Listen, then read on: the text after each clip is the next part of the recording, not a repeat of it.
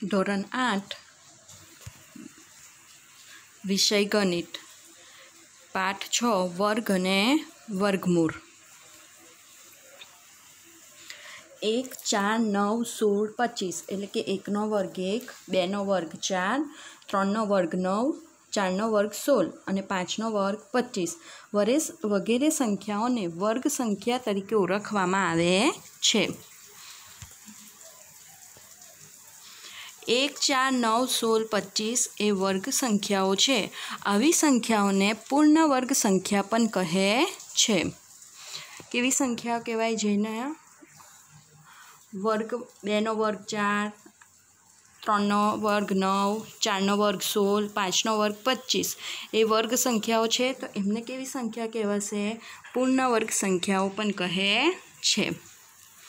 કોઈ પણ વર્ગ સંખ્યાનો એકમનો અંક 2 3 7 અથવા 8 પૈકી કોઈ પણ નથી હોતો। એટલે કે જ્યારે આપણે કોઈ સંખ્યાનો વર્ગ કરીએ ત્યારે તેમના એકમનો અંક 2 3 7 અથવા 8 આવતું નથી। કોઈ સંખ્યાનો એકમનો અંક 0 કોઈ સંખ્યાનો એકમનો અંક 0 1 4 5 6 અથવા 9 હોય તો તે સંખ્યા પૂર્ણ વર્ગ હોવાની સંભાવના હોય છે। બરાબર, એકમનો અંક શું હોય? 0 1 4 5 6 અથવા 9 એ એકમનો અંક, જે સંખ્યાનો એકમનો અંક આ સંખ્યાઓ હોય તે સંખ્યાઓ પૂર્ણ વર્ગ હોવાની સંભાવના હોય છે।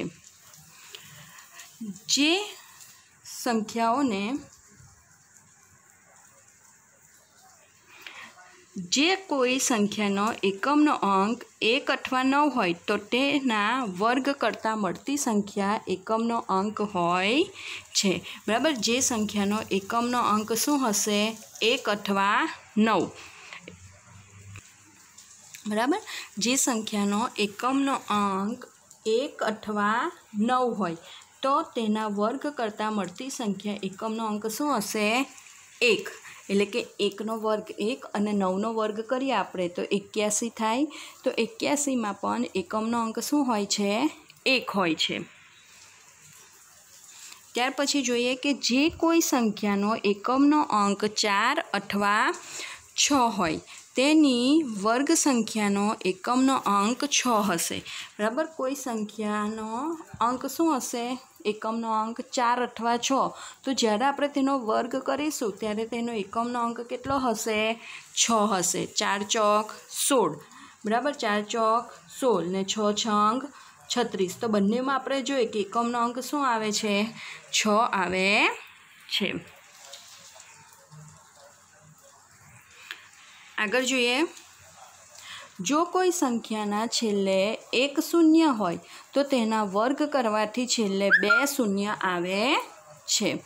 આમ 2 શૂન્ય હોય તો 4 શૂન્ય અને 3 શૂન્ય હોય તો 6 શૂન્ય આવે છે। અહીં આપણે જોઈએ કે વર્ગ કરવાથી એકમનો અંક કયો મળશે? તો કે 1નો વર્ગ કરવાથી આપણને એકમનો અંક 1 મળશે। બરાબર, 1નો વર્ગ કરવાથી એકમનો અંક 1 મળશે। 2નો વર્ગ કરીએ તો એકમનો અંક 4, 3નો વર્ગ કરીશું તો 9, 4નો વર્ગ તો કે 16, તો એકમનો અંક એમાં શું આવશે? આપણો 6 આવશે। 5નો વર્ગ કરીએ તો 25, તો 25માં એકમનો અંક 5, 6નો વર્ગ કરીશું તો 6નો વર્ગ 36, તો એમાં એકમનો અંક આપણો થશે 6। એવી રીતના 7નો વર્ગ કરીએ તો 49, એટલે એકમનો અંક શું આવે? 9। એવી રીતના 8નો વર્ગ કરીશું તો 8 × 8 = 64, એટલે એકમનો અંક શું આવશે? આપણો 4। અને 9નો વર્ગ કરીએ તો કે 9 × 9 = 81, એટલે એકમનો અંક થશે આપણો 1। બેકી સંખ્યાનો વર્ગ બેકી સંખ્યા જ મળે છે। કોઈ બેકી સંખ્યાનો આપણે જ્યારે વર્ગ કરીશું ત્યારે બેકી સંખ્યાનો વર્ગ આપણને બેકી સંખ્યા જ મળે। એકી સંખ્યાનો વર્ગ એકી સંખ્યા મળે છે। જ્યારે આપણે એકી સંખ્યાનો વર્ગ કરીએ ત્યારે આપણને એકી સંખ્યાનો વર્ગ એકી સંખ્યા મળે છે। હવે આપણે કેટલાક એક્ઝામ્પલ જોઈએ। તમને કહ્યું છે પ્રથમ ખાલી જગ્યામાં કે કોઈ એક સંખ્યાને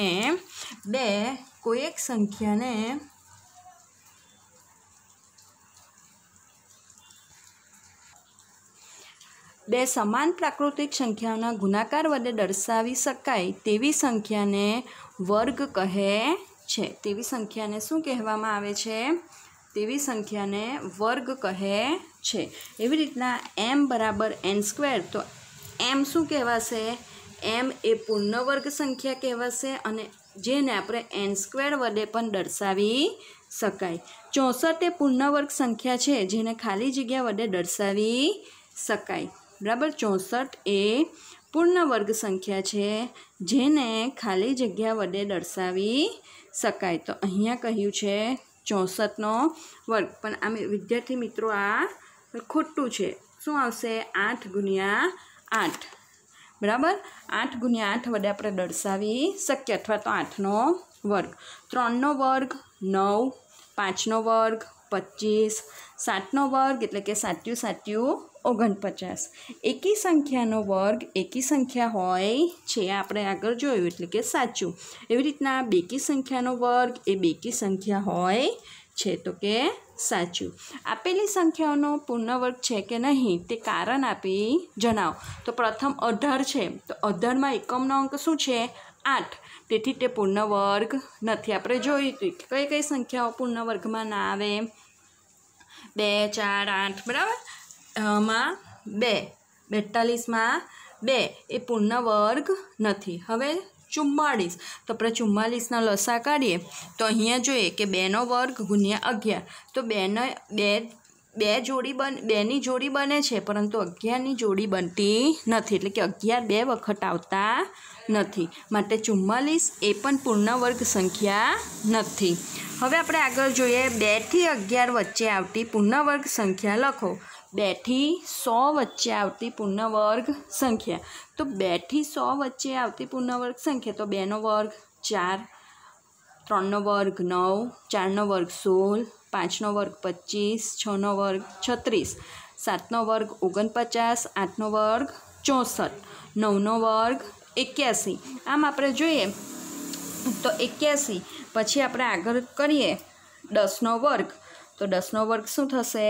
100 થશે. તો આપણે તો 2 અને 100ની વચ્ચે જોઈએ છે, એટલે આપણે છેલ્લે 9 સુધી એટલે કે 81 સુધીની પૂર્ણ વર્ગ સંખ્યાઓ લખી શકીએ. આગળ કહ્યું છે વર્ગ અથવા પૂર્ણ વર્ગ સંખ્યાના ગુણધર્મ. તો વિદ્યાર્થી મિત્રો તમારે 1 થી 20નો વર્ગ લખીને તૈયાર કરવાનો છે. બરાબર, અહીંયા 1 થી 20 સંખ્યાઓ આપી છે અને તેમના વર્ગ લખેલા છે, જે તમે તેનો ડબલ ગુણાકાર 11 ગુણ્યા 11 કરશો તો તમને 121 મળશે. 12 ગુણ્યા 12 કરશો તો 144 મળશે. 13 ગુણ્યા 13 કરશો તો 169 મળશે. એ રીતના ગુણાકાર કરતા જઈ તમારે 1 થી 20ના વર્ગની સંખ્યા તૈયાર કરવાની છે. કે કોઈ સંખ્યાનો વર્ગ કરતાં તેના એકમનો અંક કયો મળી શકે?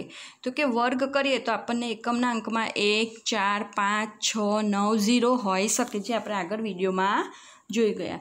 ત્યાર પછી કઈ સંખ્યા પૂર્ણ વર્ગ ન જ હોય તે પણ આપણે જોયું કે 2, 3, 7 કે 8 જેનો એકમનો અંક હોય તે પૂર્ણ વર્ગ ન હોય. આગળ કહ્યું છે 34,352 એ પૂર્ણ વર્ગ સંખ્યા છે કે નહીં? કારણ સહિત જણાવો. તો આપણે એકમનો અંક જોઈએ તો કેટલો છે? 2 છે. તો એકમનો અંક 2 છે, તેથી તે પૂર્ણ વર્ગ સંખ્યા નથી. એકમના સ્થાનમાં કયા અંક હોય તો સંખ્યા પૂર્ણ વર્ગ નથી એમ કહેવાશે? તો કે એકમના સ્થાનમાં જ્યારે 2, 3, 7 કે 8 હોય ત્યારે તે પૂર્ણ વર્ગ નથી હોતી. નીચેની સંખ્યાઓમાં કઈ પૂર્ણ વર્ગ છે અને કઈ નથી તે જણાવો. તો વિદ્યાર્થી મિત્રો એ હવે તમને આવડશે કે પૂર્ણ વર્ગ સંખ્યા જેનો એકમનો અંક 1, 4, 5, 6, 9 અને 0 હોય તે આવશે પૂર્ણ વર્ગ સંખ્યામાં, અને જેનો એકમનો અંક 2, 3, 7 કે 8 હોય તે પૂર્ણ વર્ગ નથી તે માં આવશે. આગળ કહ્યું છે 1068 અને 2023. 61 પૂર્ણ વર્ગ છે કે નહીં તે ચકાસો। તો પ્રથમ આપણે 1068ના લસા લઈશું। તો કે એકમનો અંક 8 છે એટલે 2 વડે ભાગાકાર કરીશું તો 534 મળ્યા। ફરી 2 વડે ભાગાકાર તો 267। પછી આપણે એનો સરવાળો કર્યો કે 6 ને 2 8, 8 ને 7 15, તો 3ના ઘડિયામાં આવે છે, તેથી 3 વડે તો 89, તો 89 તો કોઈ ઘડિયામાં નહીં આવે। તો અહીં આપણે જોઈએ કે 2ની જોડી બને છે પણ 3 અને 89ની જોડી બનતી નથી, માટે તે પૂર્ણ વર્ગ નથી। તે જ રીતના તમે 2061ના લસા કાઢી અને જોડી બનાવવાની 2-2ની, તો જો બનતી હોય તો તે અવયવ જોડીમાં છે અને ના બને તો તે અવયવ જોડીમાં નથી, એટલે કે 2061ની જોડી બનતી નથી, માટે તે પૂર્ણ વર્ગ નથી। આગળ કહ્યું છે જો કોઈ સંખ્યાનો એકમનો અંક 1 અથવા 9 હોય તો વર્ગ કરતાં મળતી સંખ્યાનો એકમનો અંક 1 હોય, એ પણ આપણે આગળ વાત કરી। નીચેનામાંથી કઈ સંખ્યાનો એકમનો અંક 6 હશે? બરાબર, તો કે 36નો 4 અને 6નો વર્ગ કરીએ તો આપણને એકમનો અંક 6 મળે છે। તો અહીંયા એકમનો અંકમાં 6 હોય એવી સંખ્યા કઈ છે? તો કે 36 છે। કઈ છે? 36, એટલે તમારો જવાબ આવશે સી। નીચે આપેલી સંખ્યાઓનો વર્ગ કરતાં એકમનો અંક કયો મળશે તે દર્શાવો। તો વિદ્યાર્થી મિત્રો, તમે અહીં જે એકમના અંક આપેલા છે તેના પરથી તેનો એકમનો અંક લખી શકો। અહીંયા 85, તો એમાં એકમનો અંક 5 છે, તો આપણે આગળ કોઠામાં જોઈ ગયા કે 5 હોય ત્યારે એનું જ્યારે વર્ગ કરીએ તો આપણને એકમનો અંક 5 મળે, 3 હોય તો 9 મળે, 2 હોય તો 4 મળે, 7 હોય તો 7 × 7 = 49 એટલે 9 મળે, 4 હોય તો 6 મળે। એ રીતના વિદ્યાર્થી મિત્રો તમે બાકીની સંખ્યાઓના એકમનો અંક લખી શકો છો। નીચેનામાંથી કઈ સંખ્યાનો એકમનો અંક 6 હશે? બરાબર, તો આપણને ખબર કે 4 અને 6, જે સંખ્યાનો એકમનો અંક 4 અને 6 હોય તે સંખ્યાનો એકમનો અંક આપણને 6 મળશે। તો અહીંયા આપણે જોઈએ કે બધી જ સંખ્યાનો એકમનો અંક 4 અને 6 છે, એટલે એનો જવાબ આવશે આપેલ તમામ। ત્યાર પછી આગળ કહ્યું છે કે 20નો વર્ગ। તો 20નો વર્ગ એટલે 20 × 20 કરવાના, 20નો વર્ગ એટલે શું કરવાનું? 20 × 20, એટલે આપણો જવાબ થશે 400। એ રીતના 100, તો 100 × 100 કરીશું એટલે 4 મીંડા થશે, એટલે આપણો જવાબ થશે 10,000। એ રીતના 1 એકા 1 અને 3 શૂન્ય હોય તો એના 6 શૂન્ય કરવાના આપણે, એટલે અહીંયા થશે ડી। 70, તો 1 શૂન્ય હોય તો 2 અને 7નો વર્ગ 49, એટલે 4,900। એકી સંખ્યાનો વર્ગ હંમેશા એકી સંખ્યા જ હોય છે, આપણને ખબર છે, એટલે કે સાચું છે।